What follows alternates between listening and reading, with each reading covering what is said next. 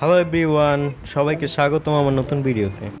সত্যি কথা বলতে কার্টুন আর্টিস্টদের আমি আগে অনেক বড় ফাত্রা মনে করতাম। মানে এরা বানাবে 5 মিনিটের ভিডিও কিন্তু সারাদিন কম্পিউটারের সামনে গুতাগুতি। এমন মনে হয় যে গেমিং চেয়ারে বসে মাউসটা নাড়াচাড়া, বাস ভিডিও রেডি। হ্যাঁ, দোষটা আসলে ঘড়ির।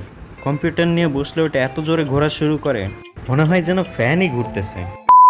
এইসব দেখে ভাবলাম ধুর, পড়াশোনা করে ইঞ্জিনিয়ারই হব।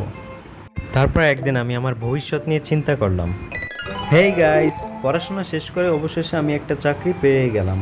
এখানে আমার বেতন 30,000 টাকা। কি কোন স্যার, এত কম বেতন কে? আমি তো সারাদিন ভিক্ষা ভিক্ষা করে কামাই 50,000 টাকা। এরপরে আমার যা মনে চাইলো। এখন শিক্ষা হয়েছে। এত কিছু ভাবার পরেও যখন আমি নির্লজ্জের মতো সিএসসি ভর্তি হয়ে আসলাম, তখনই আমার মা, এই নাও বাপি, তোমার জন্য নতুন একটা গ্রাফিক্স ট্যাব কিনে নিয়ে আসছি। And guys welcome back. মার এই ভুলভাল উপহারের জন্য আবার আমার যোগ দিতে হইল সেই ফাত্রাদের দলে।